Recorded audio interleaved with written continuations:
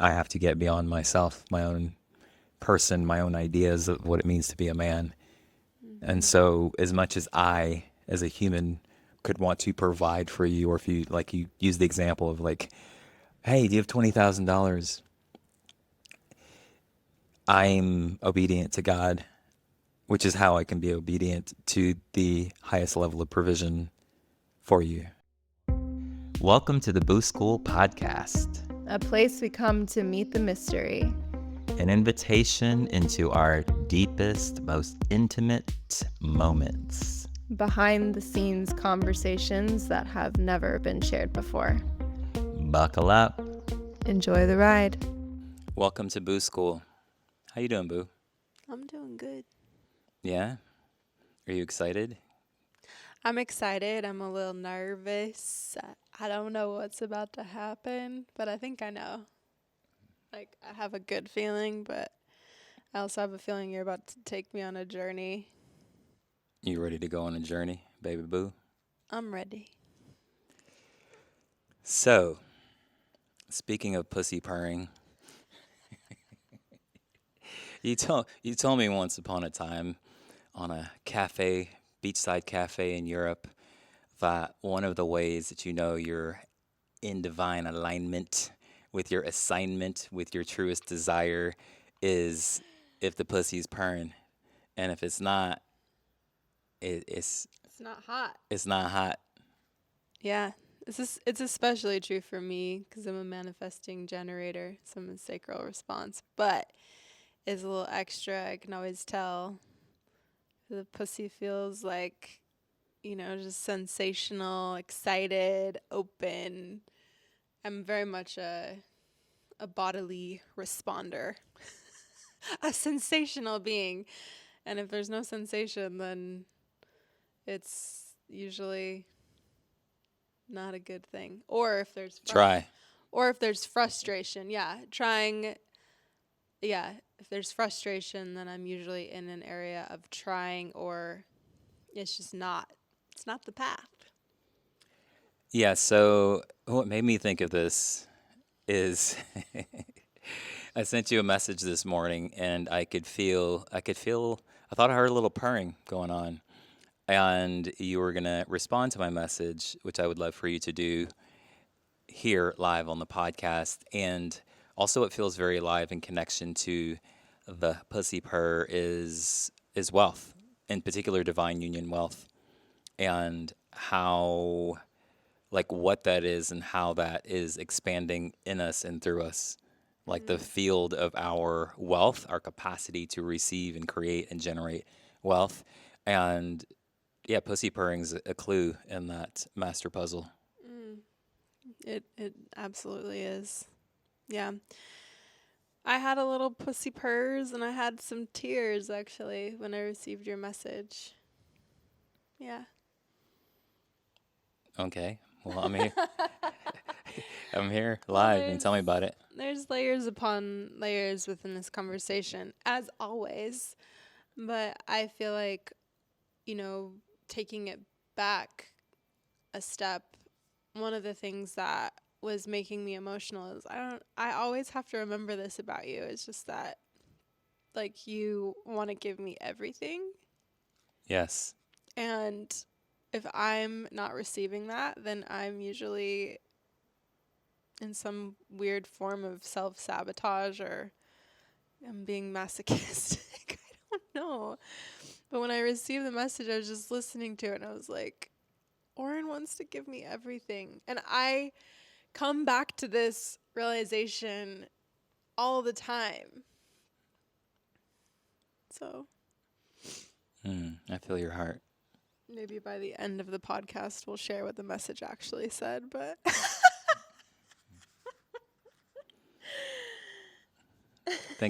Thank you for sharing that.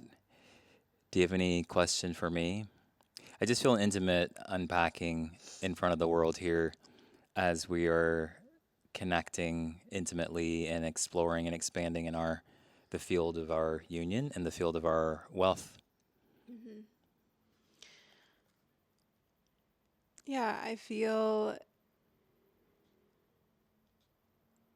like you're always such a reflection to me of God and how much I'm receiving from God. Mm. And if I'm making it hard or I'm making it, if I feel like, I think the thing that was really meaningful in the message was there were a couple of elements, but one of them was a providership element of like, hey, I'm going to take care of this next part of travel and planet. And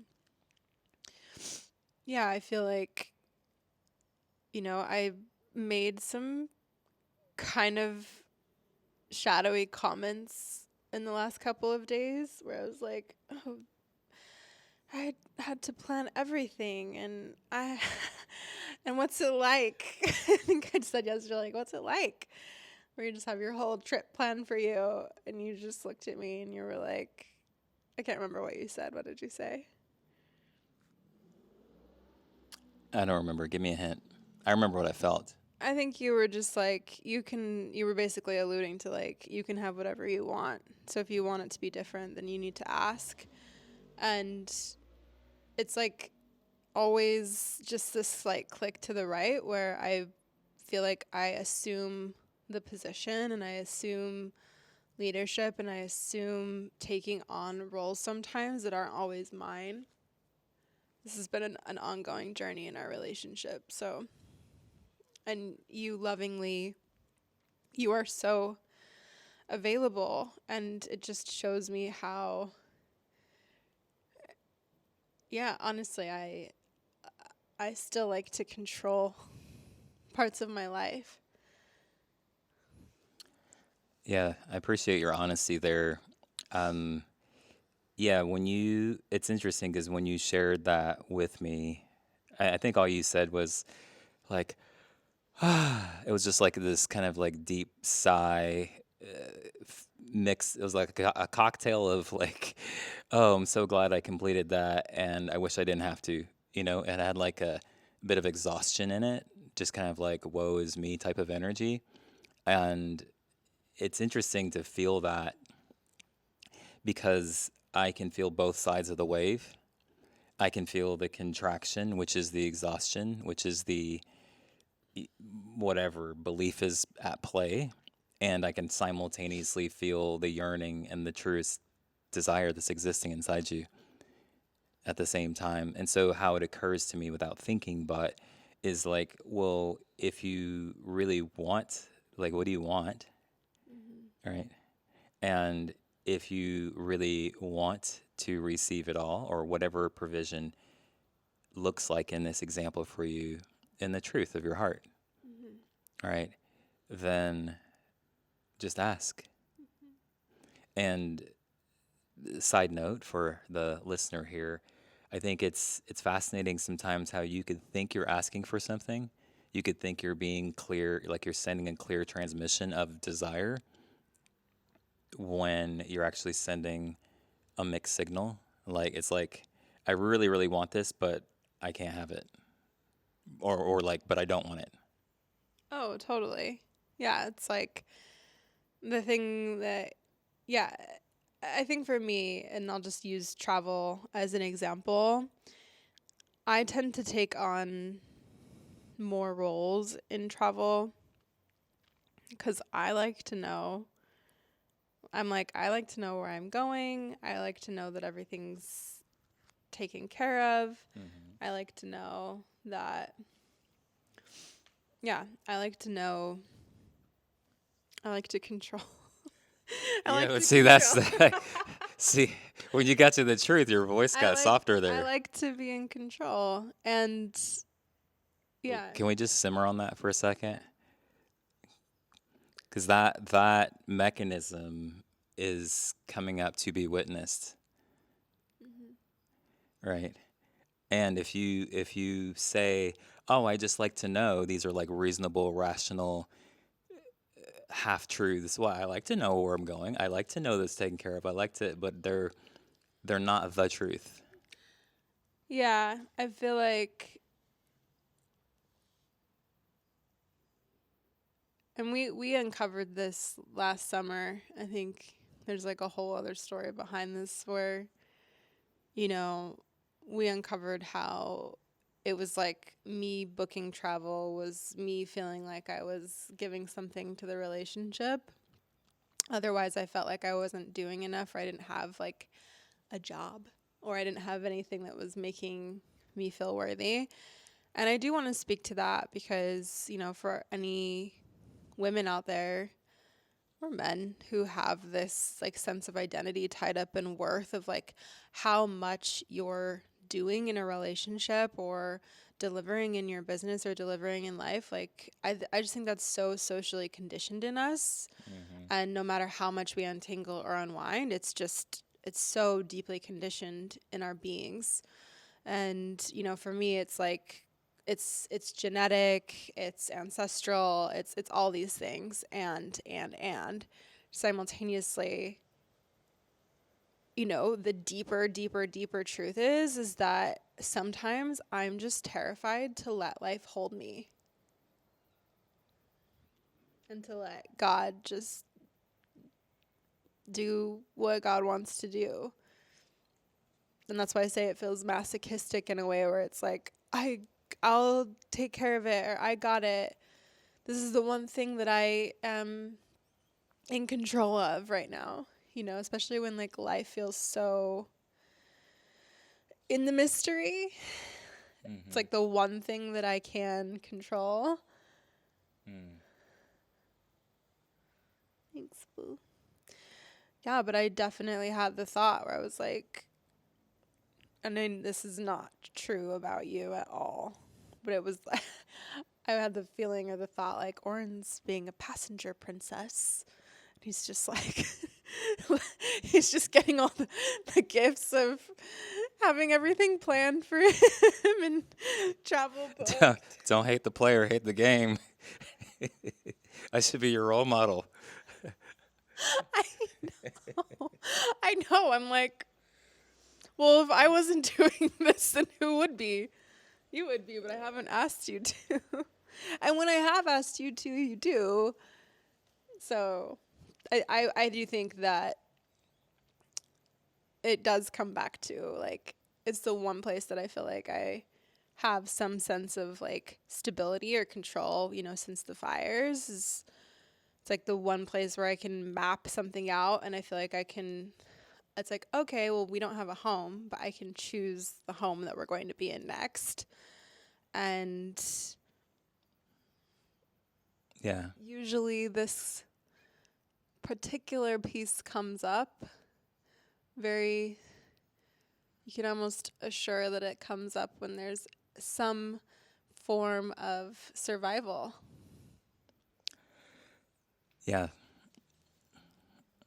Yeah, provision, when I think about like provision, you know, and even that word like provision, the ultimate vision, God's provision, and how that moves through, in this case, me, and through life. It's like it needs something to pour into to fulfill itself, right?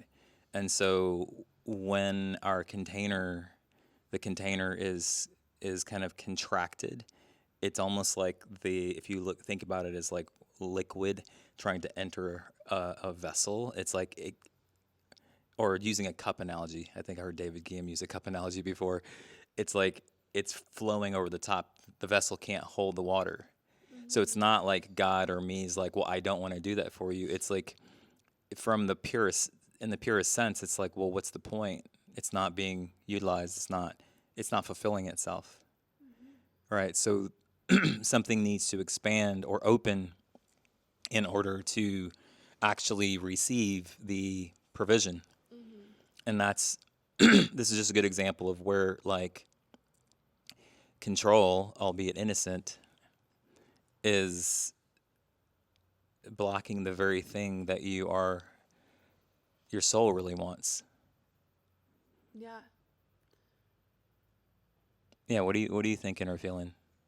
I want to stay in the conversation with you. Well, I feel like I really just had the visual experience of what you said. It's like when God wants to pour into you, life wants to pour into you, or in this case, you want to pour into me. And we've experienced this so many times. You can't pour into me if there is no space because I'm taking up all the space. You know, if I'm filling up every single role, which to be clear, I don't. I used to. In the beginning of our relationship, I was like, I'll be everything. And that quickly dissolved because Oren was absolutely not about it. But yeah, it's like these, still these just like little tiny places of refinement, and they're not little. They're big to us because everything in the relationship is a beautiful reflection of where God is inviting us to deepen, to open. And yeah, I feel like, you know, one of the things that I've learned again and again and again in our relationship is abundance and prosperity and provision. I don't always have to be the one to generate it. And I know how, and I do, and I have, and I love when I generate wealth, and I love when we generate wealth together. And I will say that one of the greatest gifts of our love has been receiving provision from you and having seasons and chapters of our relationship, whether it be a week or a month or a couple of months where you're providing for me, like the healing that has come with that, because I have never in my life been provided for in the purity. And when I say the purity of his provision, I mean by somebody who has no agenda. I've had men give me money before. I've had men pay for things. I've had men pay for my entire life of whatever. But it always had an agenda. It always came with some weird energetic. And when I say the purity of your provision, it's like God holding me just for existing. And I to like actually be able to feel that as a woman, that I can exist, that my essence as a woman is worthy of being provided for just by existing, has been one of the most transformational gifts of all time. And simultaneously, I sometimes push it away. Yeah, I like the way you articulated that. To me, when I feel you speak, I feel like your soul speaking. I feel like it's truth speaking. And because of that, it feels like, yeah, just at the core of your desire. And I think this is one of those things that can be confusing for people at times, or women, or where the independence identity can obscure or overshadow this deeper desire and create all these crazy conversations of like, but I'm capable, or but I don't need a man, or like, which then sets this tone of like your receiving is dictated by you instead Mm-hmm. of by God, which is Mm-hmm. like God's like receive it all, right? And that receive it all is a perfect match to the inexhaustibleness of my devotion and desire to pour into you. Mm-hmm. And for God to pour through me into you is inexhaustible, and it's a perfect match for receiving it all. So that's it's not a side note, it's in the conversation, but I wanted to speak that to you so you could feel that and continue to expand into it, soften into it, stumble into it, fall into it, and like set the bar, Crawl. crawl, Crawling this week. crawling, and set the bar where your soul has set it, Mm. which is all of it, all of it. Last thing, when I say all of it, and I'm saying this to you, and I'm saying this to the feminine, I'm saying this for the love of God, for the benefit of the planet. By all of it, I mean like anything and everything that is already synchronistically aligned and designed in perfect resonance with your heart, mind, body, and soul. Every need, every want, every desire, and even exceedingly above and beyond that is meant for you. It's yours. It's life's gift back to you. It's yours. And so why put any restriction on it? And that's what I mean by all. Mm-hmm. Take it all, because that takes out all of the justifications, considerations, the conditions that you're putting on receiving, like, well, I'll receive if I can't do it myself, which is such a small vessel. Mm. Mm. Say that again. I'll receive. Yeah, I'll receive if I can't do it or create it myself creates such a minuscule vessel in proportion or in relation to Mm. the infinite soul you are and the infiniteness of the actual pure divine feminine. Mm. Yeah, that's a there's so many different threads and layers within this conversation, and it's actually one of my favorite ones to have. And I will say that you are, I really believe that God places us in the perfect relationship always, because you are such a reflection, a reminder every single day, every single day of, oh, you can have more. You actually have a man who wants to show up for you in every single way, above and beyond, and give you more and give you more and give you more and give you more. And if you are not asking, what the fuck are you doing? It's like you stretch my capacity to receive, and you have in so many ways. I even remember in the first like couple months of our relationship, I just kept to remember thinking like, is this real? Like, what is happening? Like, this love is so phenomenal. So it was almost like I'm receiving so much love, and this is like the best love of my life. And like, can I actually hold like this amount of love in my body? Side note, you sound like Dochi when you went. Yes. That's probably not by accident.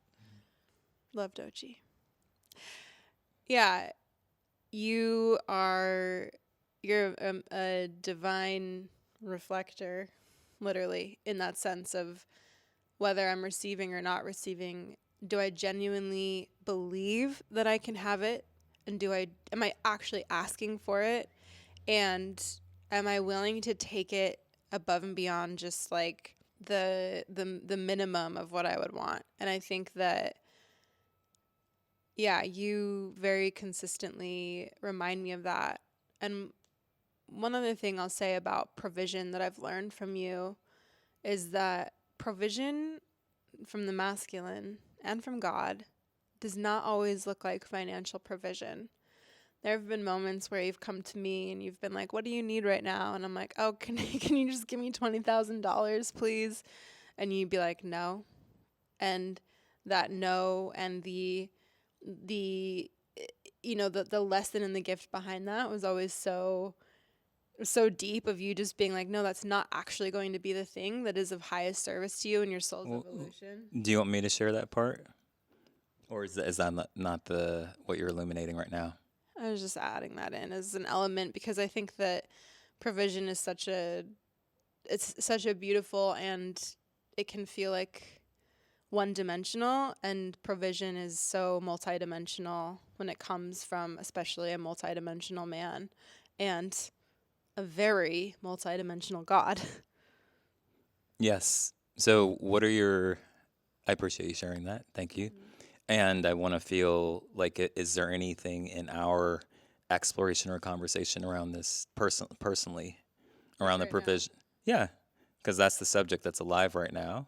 And then you're just, you're sharing your experience of provision. And we went general, right? So if there's anything more specific between you and I will tell you this, that part of my inspiration for bringing this subject up in particular, I actually started thinking about this last night, and then it continued today after I sent you the message, and I could feel you receiving my provision, is two things. One, I was curious and inspired when you said the travel thing again, when you're like,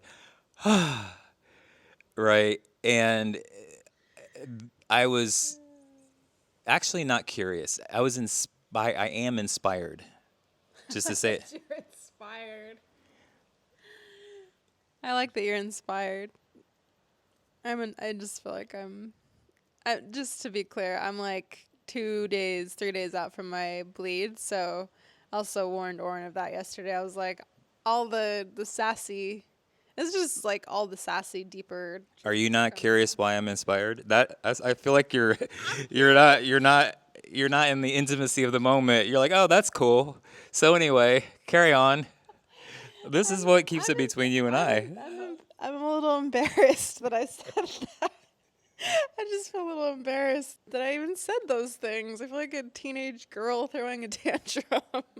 Okay, that's real. Yeah. Thanks for sharing that. Yeah. Yeah. So it's so funny to be so aware and conscious and even be relationship teachers and still be in a moment like that and be like, you're a passenger princess. I didn't actually say that, but I said it in different words. And complain. To literally complain, which is very life-taking, you know? It's not life-giving.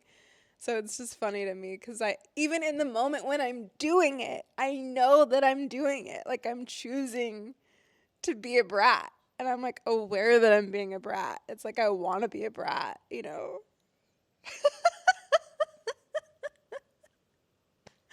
Real talk. I just want to be a brat sometimes. Okay, go. You can tell me about your curiosity. I'm not telling you unless you ask. Because this goes back to episode 1 with the podcast and like our deepest desire. Here's the thing. When I share that I'm inspired, it's not like I have something I want to share with the crowd, with the audience. So if you want to receive my inspiration, that's you in the intimacy of this moment.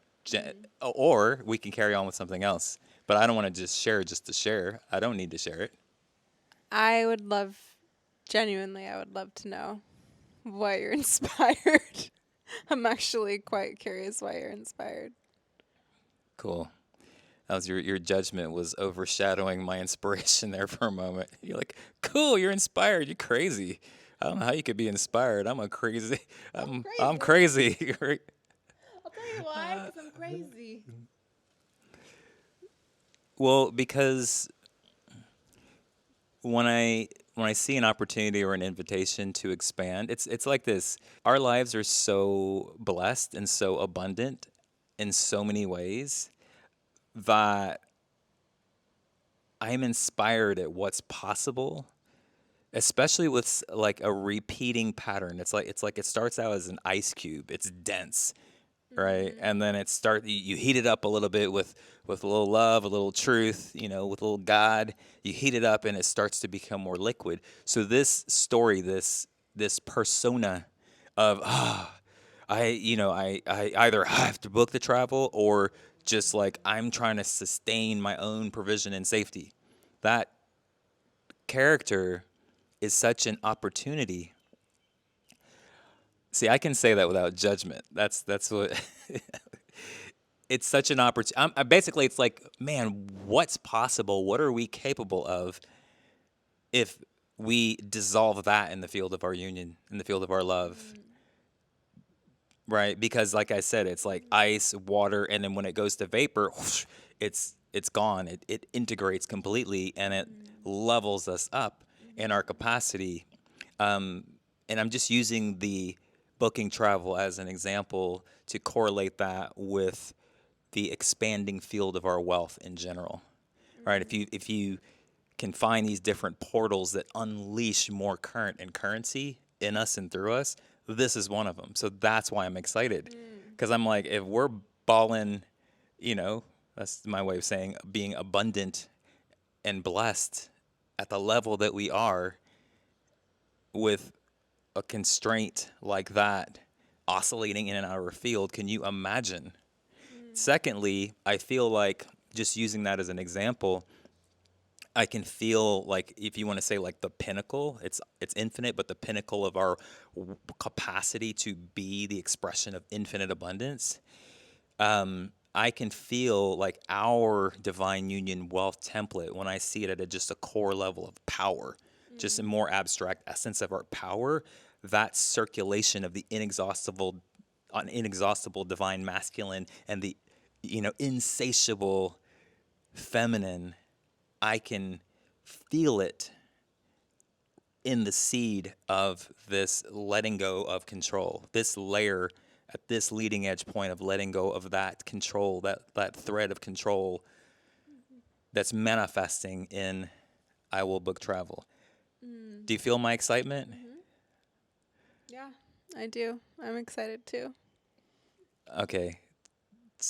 Put more words to what you're feeling in that, please. Well, I'm processing what you're saying because I'm like assimilating it and processing it, and I'm like, right, okay.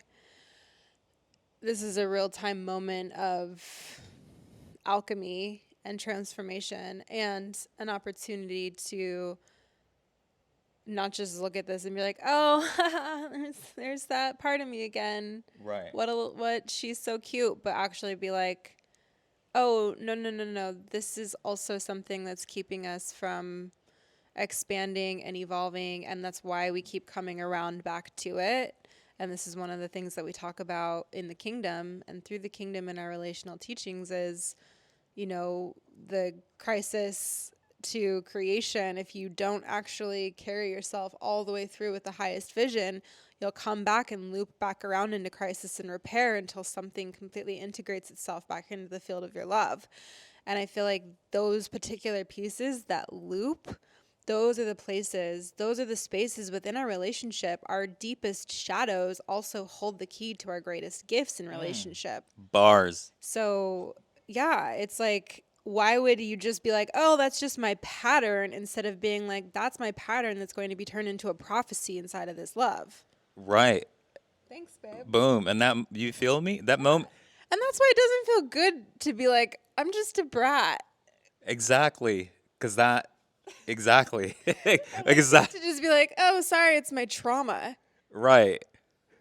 Or be like, okay, I'll let you book the travel. It's like none of those is touching into the liberation of energy that's happening or trying to happen right now by meeting the field and meeting the prophecy itself. So thank you for catching that.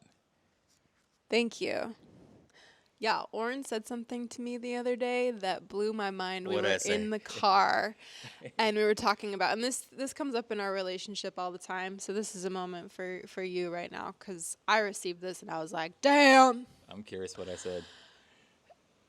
I will use my ancestral trauma as an excuse of how I show up inside of this relationship sometimes, real talk.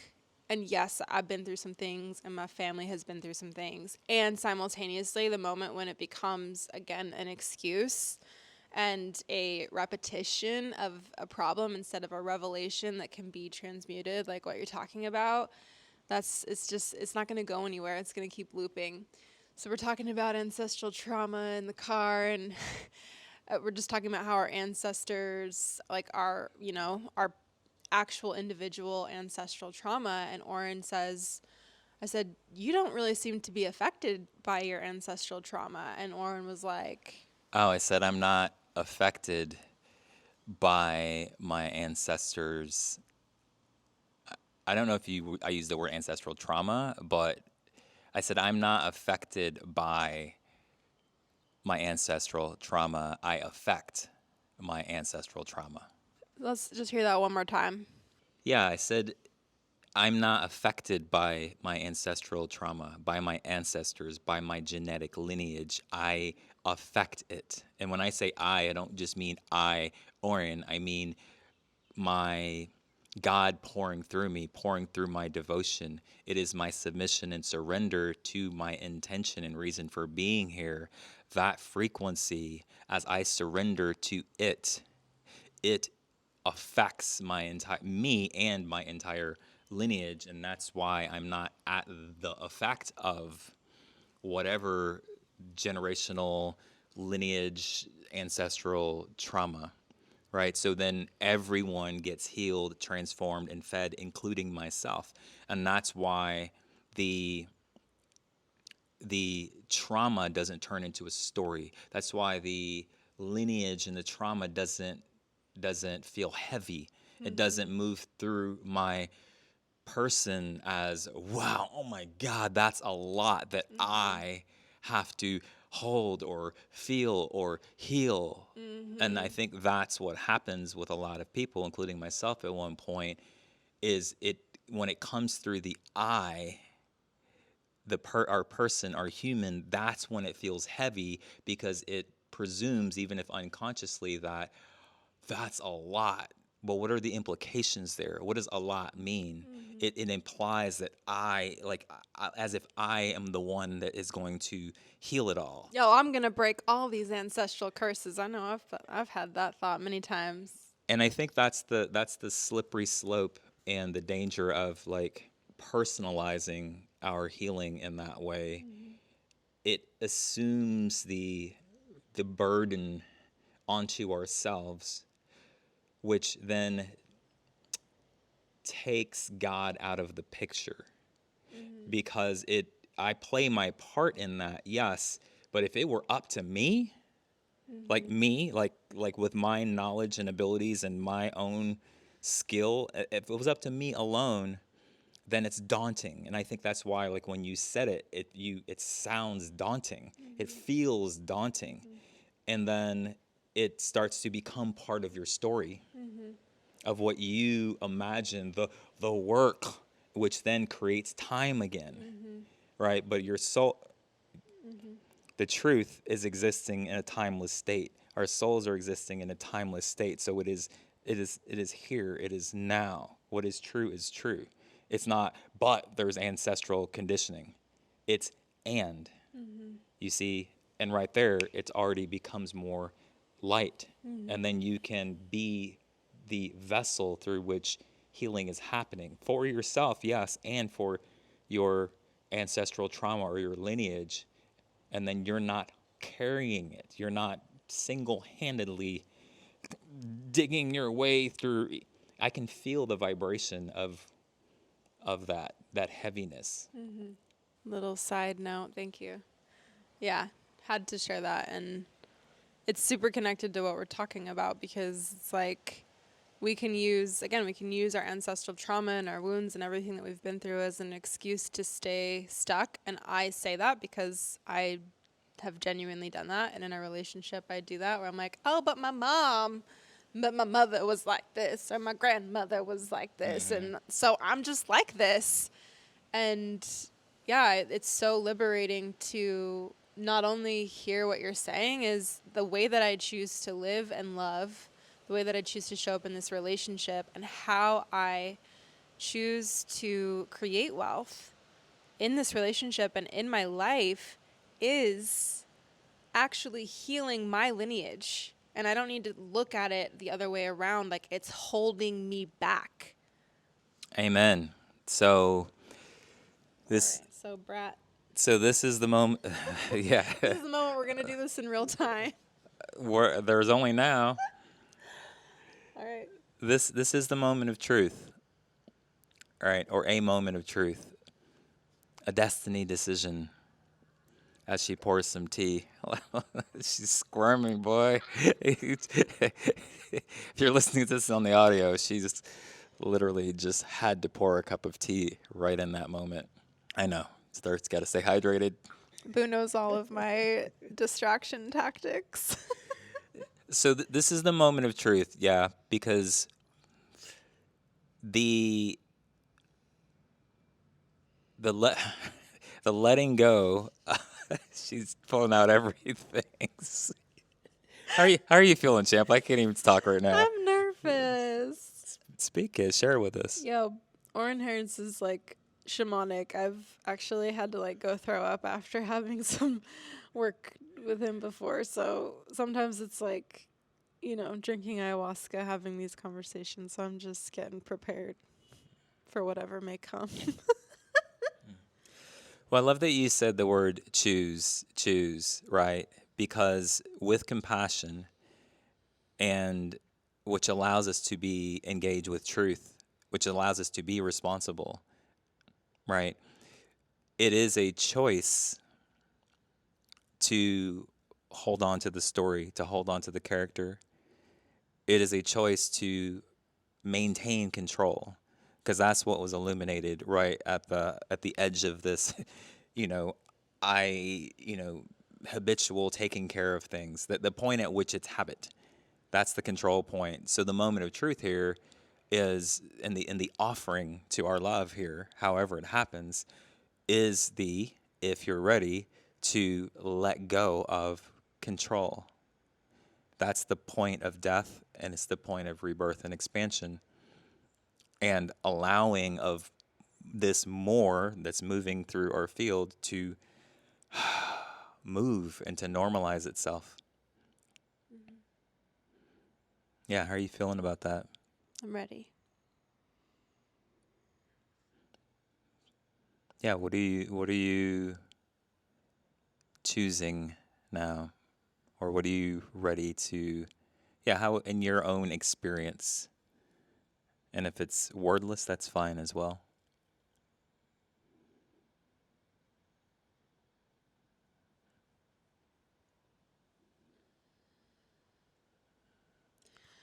I would love to dissolve the story of I have to do it, I have to take care of it, I have to be the one that's in control. And deeper than the story, I would love to liberate that part of myself so that we can be in a higher experience and a higher timeline of our wealth and our creation together. And I would love to love the part of me, the little girl that is the one that's just trying to take care of herself. And she gets to be, she gets to have so much fun just being taken care of. Mm. What does she need that you're trying to provide in a way that can't actually be provided for? Like when you ask, tap into her or feel her, what does she need? Like in the truest sense, we know what the false sense is. False just meaning it's not actually fulfilling the need. That it would be what the control is trying to fulfill. What does she actually need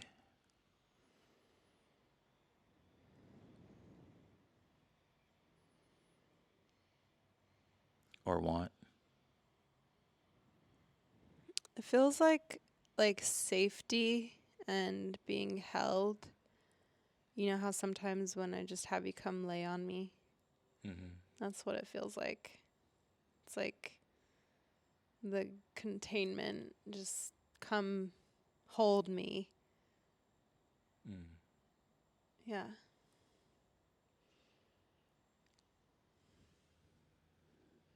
I got you, boo. I know. I know you do. Do you feel that? Yeah. I think it scares me sometimes. It's okay.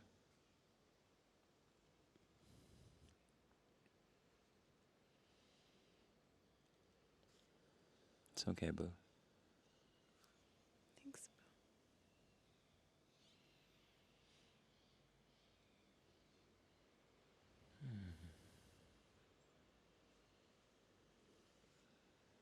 And letting go. I feel it. It's safe to let go.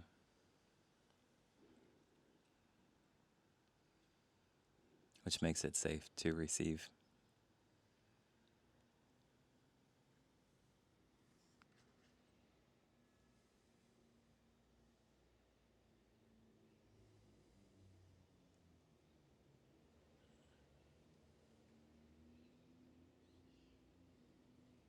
I love you.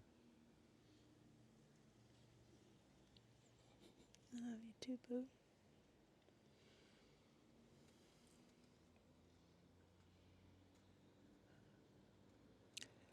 This feels like heart provision, right? And it can't be replaced with physical provision. No amount of physical provision is going to replace or create the heart's provision that it's seeking, that it's projecting into physical provision or projecting into control and trying to create your own safety. Yeah. The the the depth of what you're saying is, it's so deep and it's so real. It's so real for me. It's like I could have hundreds of thousands of dollars and still feel this subtle sensation that it's not safe. So it's totally heart provision. It's not about the financial piece or the planning piece.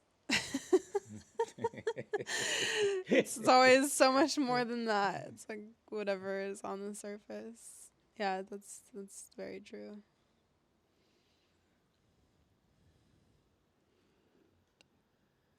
Thank you for letting me in to provide, to pour love into your heart. The other parts is is easy, you know. It's just like your desire is already your desire. It's just like knowing that it's safe, that you're safe, and it's safe to receive and to let go of control. And I guess this is more probably for the listener than for you specifically, but it's one of those things that is beyond concept and idea and teaching around divine masculine, because you can't learn it in a book, but it's like I am being guided when I'm surrendered, when I'm connected to the divine masculine in me, God. I am being intelligently guided by love, by the infinite intelligence of God. And what that requires or invites in me, I have to get beyond myself, my own person, my own ideas of what it means to be a man. And so, as much as I, as a human, want to could want to provide for you, or if you like, you use the example of like, hey, do you have $20,000? I'm obedient to God, which is how I can be obedient to the highest level of provision for you. And it, at this point, I would say that's pretty easy for me most of the time. Um, but it hasn't always been the case. You know, the desire to be a good man, you know, and want to provide can really put a man in a bind and create pressure. You know, or the resistance to being perceived as if I'm not a man or I'm not providing. You know, so yeah, it takes a different type of courage to truly be a source conduit of provision, and like what is truly going to be unconditionally of service and in your best interests, because that's what's actually going to fulfill what you're looking for. So Thanks, babe. Yeah, I feel like I've seen you on all sides of what you're talking about, and I've also seen, friends that we know who've gone through this. Just being a man, it's like I have so much respect for men in the sense of I feel like there is so much pressure to provide and to hold certain roles, but their hearts very often get left out of the picture. And it's been really beautiful to see the way that you, in so many moments of our relationship, I just bow to whatever work you did before we were together, because you have been so clear.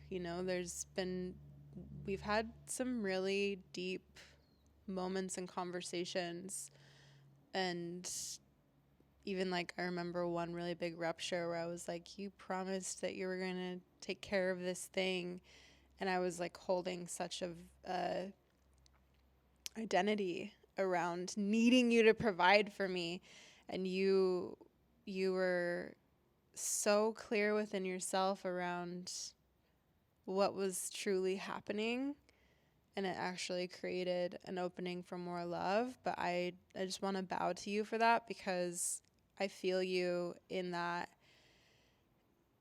even if it is difficult and so like there's so much tension in the moment of whatever I think I might need or want or how I'm acting, you hold the line.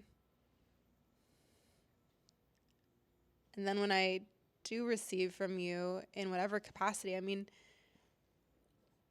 it's like just being in a relationship with somebody like you, I feel like is its own provision, because I'm getting to be with somebody who's such a gifted human. And Thank you.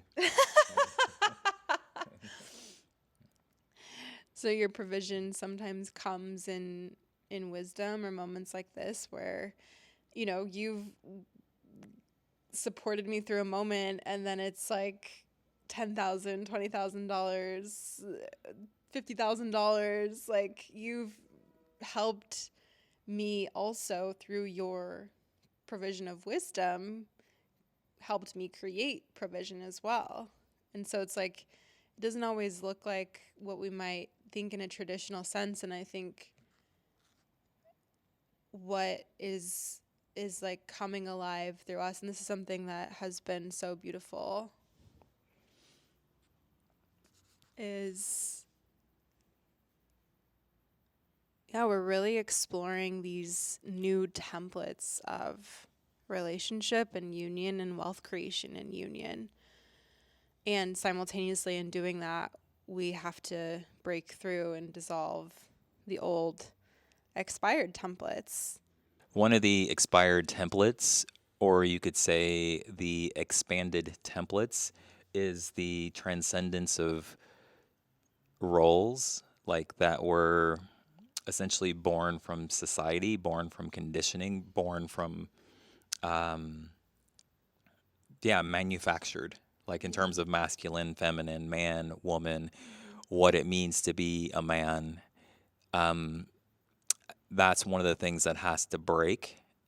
And if you're attuning to divine wealth, which is infinite wealth, which is the purest, truest expression of your soul's wealth, and I think the highest expression of wealth, then you have to break free, or you will be forced, invited to break free of roles to truly be unconditional. So in the context of being of service to your heart, your mind, your body, and your soul, the ideas that I have about being a man, ironically, can be selfish and present themselves as selfless, humble, which is actually out of integrity with my soul. I'll say more about that. I mean, I'm trying to keep the conversation between you and I, so I'm not just preaching over here. Please. I know, and I think it's important for you to share. Yeah, it's what I'm saying is that for me, like my heart, my true self, my divine masculine is anchored in truth, is anchored in God, is anchored in love. And that is where that's the space where my love is limitless, and also where my service to your heart, mind, body, and soul is also limitless. But in order for me to access that, to allow it to fully manifest through me, it invites a series of initiations or death and rebirths of identity or of roles, of what it means to be a man, what it means to be a good provider, a good protector. Because if I'm trying to be what that looks like, then that's actually selfish, because I'm not just giving to you. I'm not just loving you. I'm not just providing for you. I'm taking. Yeah. What am I taking? I'm taking because I need your approval. I need your validation, your reflection that I'm worthy. Yeah. That's the energy, albeit innocent. That's the energy of taking. Yeah. And those can get meshed together so easily and present on the surface as I'm just being a good man here, and that's why in an interesting way, in the purest sense, I have to not give a fuck to be able to give a fuck in the truest sense of the giving of my heart to you unconditionally. To be without condition, I have to actually be without identity. Yeah. Like the roles and the. Yeah. No, this is deep. Yeah. Yeah. Well, talk to me.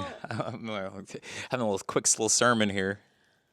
yeah, you and I have had so many conversations about this behind the scenes because it's like, I will actually say that probably one of the only times that we ever argue or fight, we never really fight, but we have conflict, is because I'm trying to fit us or like get you to be in that particular role, but because you're so sensitive, you can feel where it's coming from. One of the conversations that we've had pretty continuously is like, why aren't we married? And it's like, that's the traditional way. That's the traditional role. That's the traditional pathway of union. It's And like, that's a traditional love, and that's, mediocre love, in my opinion. yeah, I mean, I don't think marriage is mediocre. No, the idea of tradition, like by society's Oh, right, definition, right, is okay. mediocre. And Okay. I was I like, thought, I, what? I thought we're keeping it real here. Yeah, we are. Yes. Yeah. Boring. Go ahead. Yeah, I hear you. Yeah, boring for real. Yeah. Well, boring and just like you look at life itself, life is always evolving. Relationships are meant to evolve. We're meant to evolve. We are meant to evolve inside of our relationships. So why wouldn't the templates be evolving? And yeah, it's like, I think a lot of people probably tend to do this, but you will like go online and see something or hear something from like a relationship mentor, somebody that you love or look up to. And I've definitely taken in advice from people that I also love and have invested in the past. And it's like, then I go and like project that onto you. And because you are not trying to be a good man and you genuinely are here to be what we call a God man and in devotion to truth and God and your own integrity and not living in this traditional role, you're like, no, because you can feel where it's coming from. You can feel the genesis of where the actual thought form is. You're like, is that a thought form? Are you trying to place me inside of a thought form, of a structure, of a relationship idea or identity? No, I'm not available for that. And the truth is, you're not either, because you're not either. It's not just me. It's I'm true. actually feeling you. Orrin and I both have freedom. Is it freedom or super? I can't remember. Like something in our gene keys. It's like freedom. I'm pretty sure it's freedom. And so it's like so funny because we both share this desire to be in constant evolution and liberate expressions or identities within ourselves and also individually. But I will also say that, I went through that kind of phase where I was like, oh, I want to frolic in the garden and I want to bake sourdough bread and do nothing, because that was like what was coming after the 7-figure boss babe era. And you were like, cool, babe, let's do it. If that's really what you want, let's try it out. Like, you gave that to me.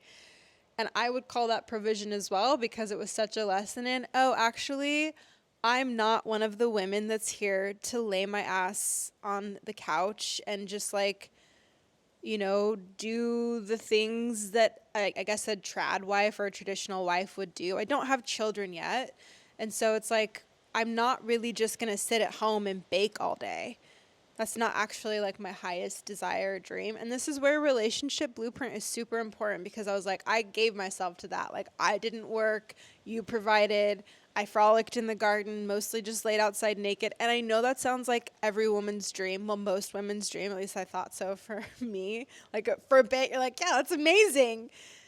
But when I'm not utilizing my gifts and I'm not of service and I'm not actually allowing God to move through me in an unfiltered, unconditional way, then I start to rot on the inside and I can't even be in that true feminine, life-giving essence that is here for you.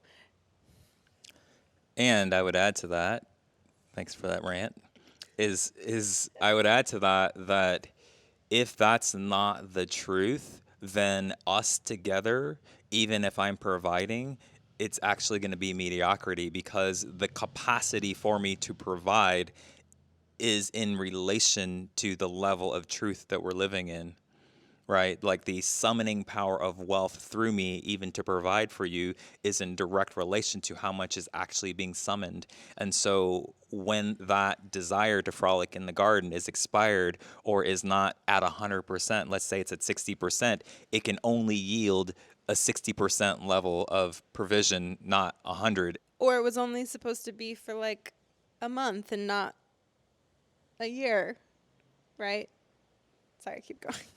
No, that's okay. So what's alive now? Because I feel like we're connecting and unpacking this quite well. I do have something I want to say that's connected to what you're saying is like we talk about this quite often and it's been coming up more and more, but in the connection of divine union wealth. So it's like creating wealth together within your relationship, or if you are married or you're in a relationship and you share wealth in some way. You know, one of the things that we've been talking about a lot is how you feel when you make money. So if you can imagine that, similar to what you're saying, if you imagine that some of these men, or if you were to listen to me and I was like, go make money, go do the thing, do the, like, you need to take care of the family. You know what I'm saying? Like, and then the man goes to do that, and the provision is just laced with all this pressure and animosity and resentment. And that is the money that is paying for all of the bills and all of the house and everything. That's how the energetic field of the union feels. And so it's so important that how we feel inside of how we make money together, whoever is providing, it doesn't matter where the money is flowing, that how we feel as we create the wealth, that is actually life-giving to both of us. And that's what makes it sustainable, because anything that's created out of lack, out of disconnection, out of judgment, out of some sort of fear, inevitably has to crash. It has to, because it doesn't actually have life sustaining it in the first place. It's like a house of cards. It has to crumble in one way or another. Eventually it won't endure Yeah. over time. So I want to hit this last stretch and go deeper down the rabbit hole with you. Okay. So, we're talking about like prophecy, and I've heard you many times talk about living in the prophecy and the oracle and how prophecy relates to provision and and to and vision. So I feel like as we are, expanding beyond this, expanding into this new stratosphere of wealth here in real time, and as we are have lovingly disintegrating the character that's trying to protect you, I feel like it also allows you to see and own what you see. Right? It's almost like you're taking a layer of a lens off of your eyes, and you can see more, because that version of you would block you from seeing or from owning what you see. So I want to know what you see, because that's another way that I connect, like my divine masculine connects to creation and generation of wealth through me and through us. That's another part of the secret sauce, is you in what you see and holding that vision. So I was giving some coordinates more like energetically of what I feel becomes possible as we're in this next level of flow of this, inexhaustible, insatiable kind of flow, this current. So I'd love to know what you see becomes possible, or what you see as you dwell in that frequency, as you allow that frequency at this next now level. And, even like the texture, and I think this is important for Blueprint and why this is so unique to us, and it's evolving. It may change season to season, but just so I can get a sense of what you see, and even almost like a blueprint. These are some of the highest pathways of creation, either general or specific. I'm just speaking until I stir the oracle. Oh, I'm ready. Okay, let's Thank go. you. I want to start with that the only way that I could ever be complaining or acting in my brat is because if I'm in lack in any way, and the lack is usually coming from me not sharing my full gifts into the relationship. So that would be me not sharing my oracular vision in this moment. So I just want to presence that for all the babes out there is usually if you're feeling that sense of complaining, you can't ever actually feel that way if if you're in the fullness of your gifts and your love. And giving If it. you're in lack, it's because you're not. If you're in lack or scarcity, it's because you're withholding something. You are Preach. withholding your own love, Preach. your own gifts. So, thank you for reminding me of that because this is where the pattern becomes prophecy. Yes. Yes. From pleasure Also- to prophecy. Also, one of my favorite quotes that is by me is If I may humbly say. he provides inside of her prophecy. So you're evoking that. I really appreciate that. So, what I see as we fully give ourselves to this divine timeline, this wealth blueprint, this truth of our love and the eternal becoming of who we're here to be and who God's calling us into. I cannot settle in any capacity because when I do, it constricts and constipates our love and our wealth because my desire and my ask is like creating life itself. Say that again. People in the back. My desire and my ask, my genuine ask, is creating life itself. Bars. That's so deep and that's so true. And it's so like I want you to feel how I'm taking that in. And literally, you're creating life through me as you receive that. Because as you speak it, you're receiving it. Do you see what I'm saying? Like, so you get to feel that in real time. Yes, I'm a good man, a great human, and I love you and I adore you. And that, like, ultimate, that more that God is pouring through me, that's what you're feeling. And it is in direct correlation to your prophecy, your receiving, your allowing of it is literally also creating it. Do you feel the voltage is like how it's moving through me? It's as you are speaking, which is the receiving. Yes. Yes, if it's moving you, it's moving God. And if it's not moving you, it's definitely not moving God. Like, oh, God, can you hear me? And God be like, you are not asking clearly. Right. Or another way to say that is you're not asking for enough. Or you're not Right. asking with clarity, meaning you're not asking with two opposing desires. One would be, oh, I really, really want to have a baby. Oh, but I also really value my freedom Right. and sleeping in Right. and traveling the world. All right. So continue. Okay. So as I give myself to the truest desire of my heart and of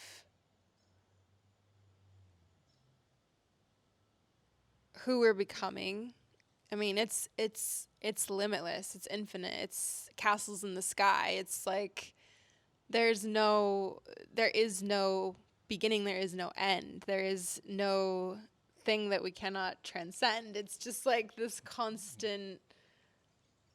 It becomes this like vortex of creation. It becomes this vortex of liberation and this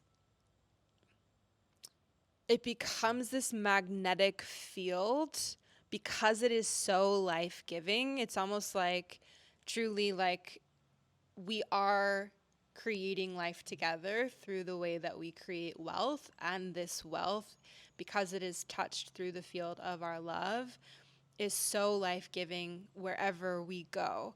So whatever we invest in, whatever we are touching, whatever we buy, whatever, when people invest in us, it's also a transmission and invocation, a prayer. It feels different, right? And it's allowing for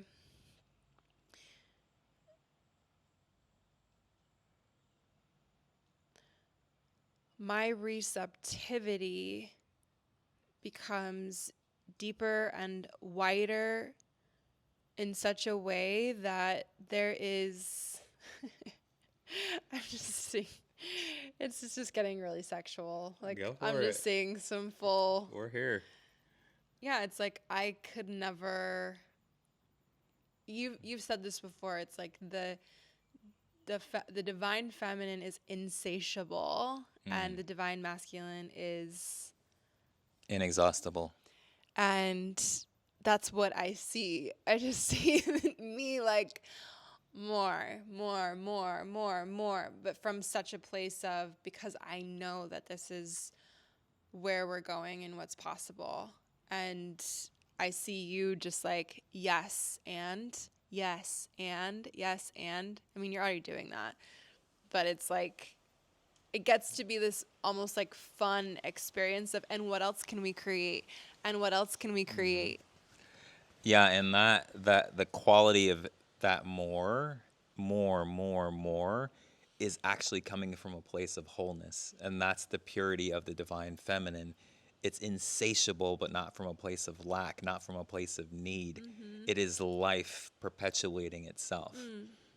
And yeah, that just feels so amazing to me. And that's what I was trying to put to words earlier. Like, yes, I'm a good man, and just on a human level, and I would give you everything. But like in my soul, like where it feels unstoppable, where it feels like this must happen, is on this level of receptivity, of allowing. Yeah, and it's interesting to see the seed of where this expanded from, and to look in just the microcosm of our lives of just planning an Airbnb, right? And so on the other side of this exhaustion, or this energy that is taking you to do something, unless you're completely inspired and moved to do it. But on the other side of this is that liberated energy that you're now channeling through your prophecy, through your vision, through your embodied desire. It is clear, it is whole unto itself. And that, when I feel the circulation of that and what it's evoking in me, and it's like it's a vortex.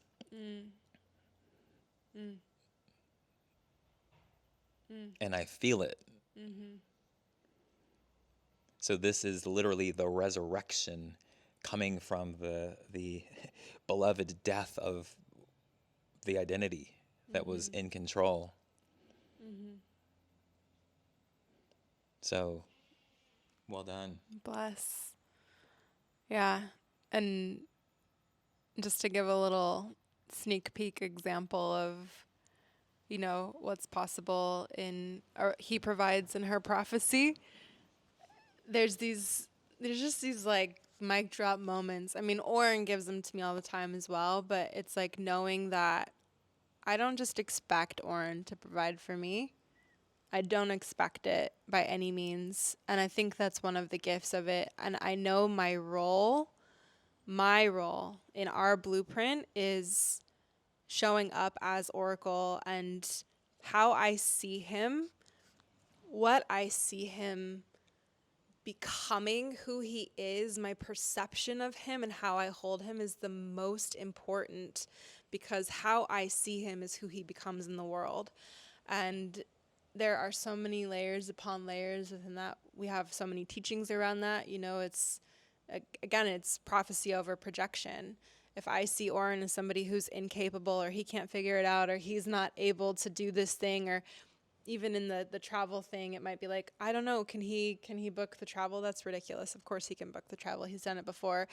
But just these little moments where we get to really shift the perception back in through the eyes of God and how we see our partners and who they're becoming. And even like, I think it was a week or two ago where Oren and I, were starting to create offers again and welcome clients in again. And Oren was sharing with me who he's really excited to serve. And I was like, we were going through the process of like, creating, some things for his like ways to work with me. And I messaged him and I was like, by the way, you don't need a ways to work with me. You could have a new client tomorrow if you genuinely wanted to. And Oren was like, yeah. And he just got one. This morning. And thank you for your energy, your not hoping, wishing, or even cheering me on. It's like just to reflect back to you when you are embodying that prophecy and that vision and what you see in me, then it's not your words. You're literally co-creating that, is one of the highest services. And I just want to like say that and tie this back to this, these vulnerable places inside of you and inside of all of us, is that you when you can only really you only really give unconditionally when you don't need anything, right? And so as you are, yeah, I just wanted to connect the dots on that, as like that the most effortless thing to you is the highest offering to me. And as we've gone through this process here live, you've unleashed more, liberated more of your love and therefore your service towards me, the unconditional, right? You don't need anything. And I like that when you said, I don't expect you to give. And that's like the highest state of receiving. You don't expect, and I'm speaking this to the divine feminine as it lives in you, is that the divine feminine doesn't expect anything because everything is hers. That's why she doesn't need anything. It's like, well, it's coming because it's me. Whether it comes over here, or in 1,000 places, or 500 places, or through nature, or through you, through all of it. Because she is creation itself. She is the one that creates life, right? When she actually knows that. Yeah, it's deep. And bless us all for going through the journey of the forgetting and remembering, because it feels like quite the constant evolution. I think sometimes we have to go through the forgetting so that we can remember even deeper what we are creating and the responsibility that it is to be the birthers of this life. Yeah, and I feel like as we're resting in the safety of the letting go of control, and it's allowing like us to dwell more in our original or our truest template of creation and of wealth generation. That is a pretty good example. There's a consistency of like high voltage impact when you are offering your oracular gifts instead of innocently withholding them because you're trying to create your own safety. Yeah. Right? So that's what I was feeling, and what I am feeling is like we've just liberated more of that into the field. So I'm excited about that. That's why I was excited. I love it. 30 minutes ago you were like excited, but now it's like That's why I we're love both in you. the current. That's why I love you. Every moment of refinement is like, you're like, this is glorious. This is glorious. This is a glorious moment. And I'm like, yeah. Oh, yeah. Yeah. Yeah. Thank you for that reminder always. My pleasure. Any last thoughts, closing comments, anything you want to share that's still alive that needs to be spoken, shared?